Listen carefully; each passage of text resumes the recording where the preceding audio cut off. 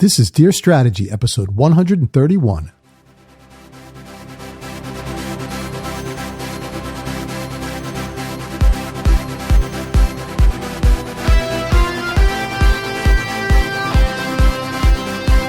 Welcome to another episode of Dear Strategy, where we answer all of your questions about product and business strategy. Real lessons from real strategies in real companies, just like yours. Welcome back, strategy creators, to another great episode. This is episode 131. And I know.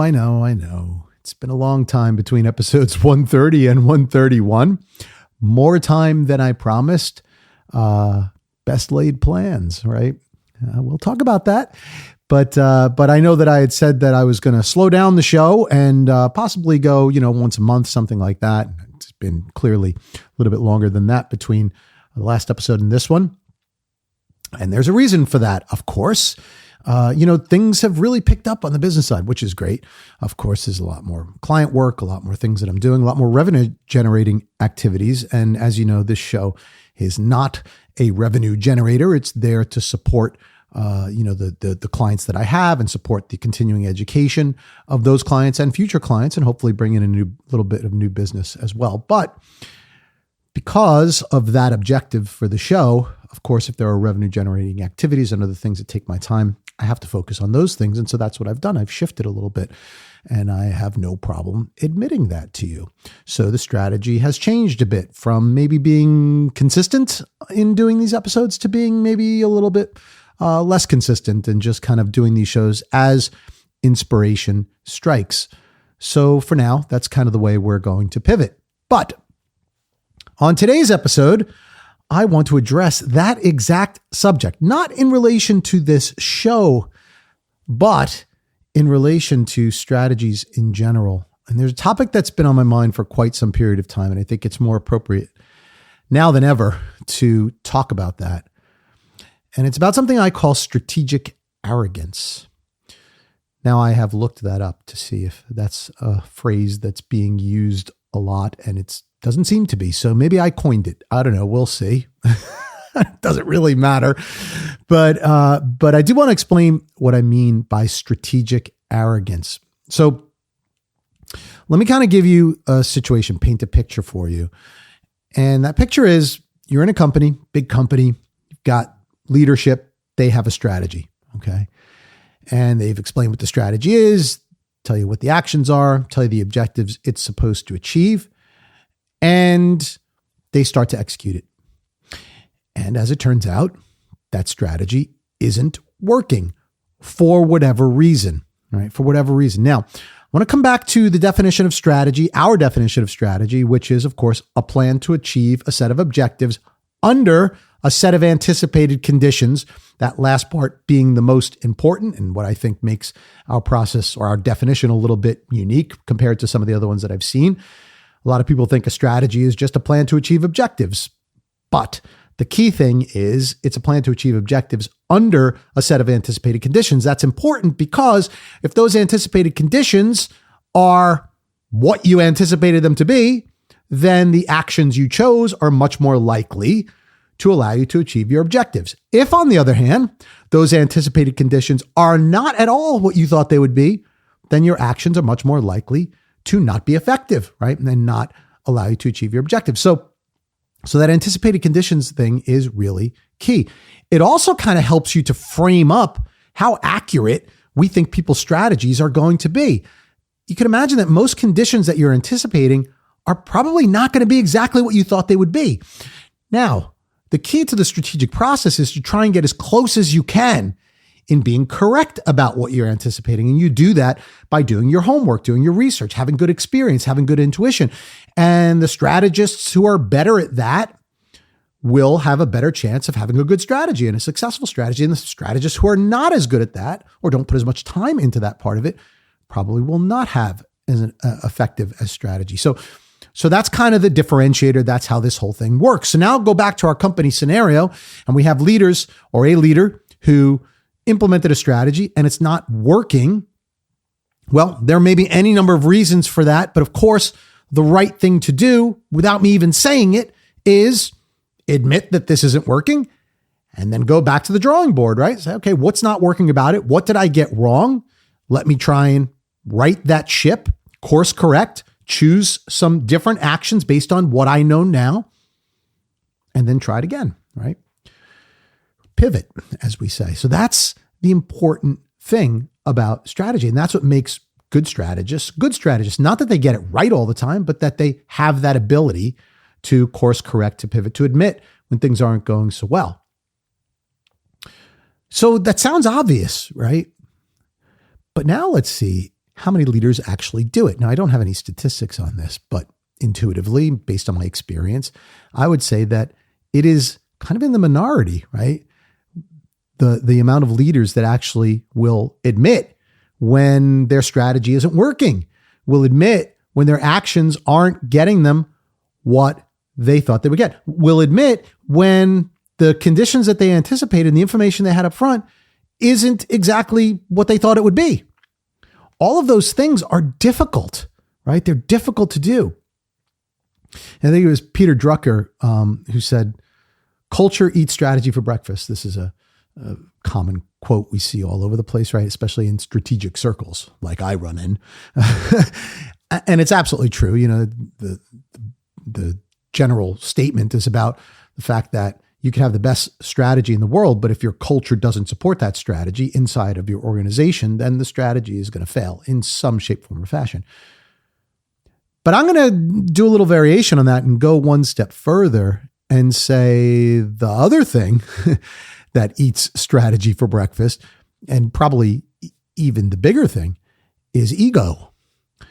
And the reason that ego eats strategy for breakfast is because ego also eats culture for breakfast, right?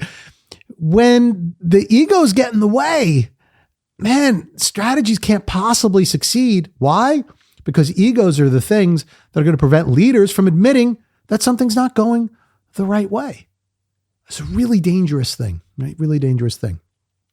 So how does this all kind of work inside of a company? Why does this happen? What's the mindset, and how could we correct it? How could we fix it? So those are things that we want to explore a little bit.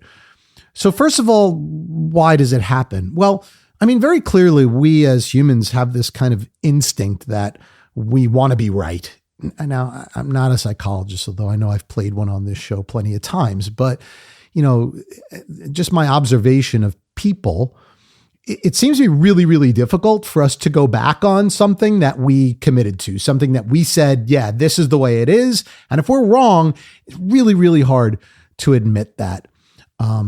Probably because we see it as a failure and we don't want anybody else to see us as a failure, right? We don't want anything to take us off of whatever pedestal we've been put on, right? I think it's a kind of a natural thing. That's our ego at play. And leaders are going to be particularly susceptible to this because their job is to lead people. They need to garner respect in order to be effective. So if they're wrong, even some small percentage of the time, admitting that is going to be doubly hard for someone who's in charge of other people, who's responsible for other people, right? So I think that's kind of a natural thing.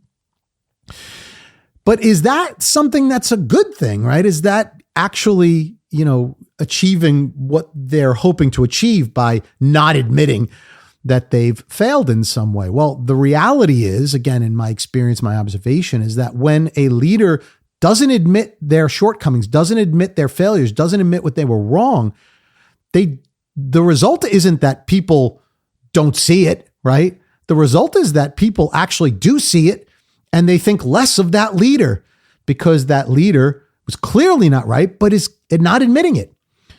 And that's the reality of what happens when your strategy isn't achieving the results that you wanted to achieve, or your assumptions were wrong. People know it. Now, you could do anything. You could twist the truth, bend the truth, you know, even sometimes outright lie. And I've seen all of those things from leaders. But people know it. People know when those things are happening. And so it's much better, much more effective. You're going to get much more respect if you could just say, this is what's going on. Look, I got it wrong. Okay, I got it wrong. Now, sometimes, of course, you know, you get it so wrong that people will think you're not fit to lead. And maybe in that case, you're not. I mean, look, you know, if you don't have the ability or capability to do a certain thing, not everybody's right for every task. So you may be a leader that's not meant for that position. And if you get your strategy so wrong that, things fall apart and your job was to make sure it didn't fall apart, you know what? Then maybe you shouldn't be in that role. And that's kind of okay too. You learn from that, you move on, try something different, right? In a different role, or maybe, retry that role in a different company. Those things are all natural parts of the process as well. But again, to avoid that situation, the answer isn't to lie or not admit your mistakes or keep going with a plan that's not working. Those things I would tell you are worse, right? So the result of kind of not course correcting, not admitting your failures, not admitting your shortcomings are that you will lose respect. But there's another thing that happens, and that is that you also lose the ability to learn. Because when you try and bend the truth, bend reality to whatever you want it to be, you start to believe that. And those closest to you may start to believe that as well, right? We call that breathing your own exhaust. You say something so much, it becomes the new reality. And then that kind of perpetuates in a way. And what happens with that is that you lose the ability to learn. When I was a business unit president in my corporate career, I dealt with this quite a bit, right? I was going along thinking I was doing the right thing. I wasn't. And people around me wouldn't tell me that. Why? Because they didn't want to disappoint me. They didn't want to. They were afraid, right? I was in charge of their careers. I was the boss, whatever you want to say. And they wouldn't tell me when I was making some pretty big mistakes. They would talk about it behind my back. They had no problem with that. They would tell each other, but they weren't telling me. I didn't gain the benefit of knowing I wasn't going the right direction, or I wasn't going the way that they wanted me to go. So this is a common thing that happens as well. So if you could admit right up front and go into this thing saying, hey, I may not be right. I want you to tell me if I'm not right, then you're going to be open to that feedback, and you're going to get that feedback, and you're going to have a much better chance of learning from your mistakes and being able to course correct. So clearly I'm talking to the leaders out there, right? Leaders of companies, leaders of businesses, leaders of organizations, because this is a common thing. This strategic arrogance, thinking that there's only one way, and that's the way that you originally committed to, and then never coming off of that. That obviously is not a good thing. But clearly, I'm not just talking to leaders of companies, because we see this in our political leaders as well, and our world leaders. And I would say now more than ever, we're seeing this in great numbers, right? A lot of this going on.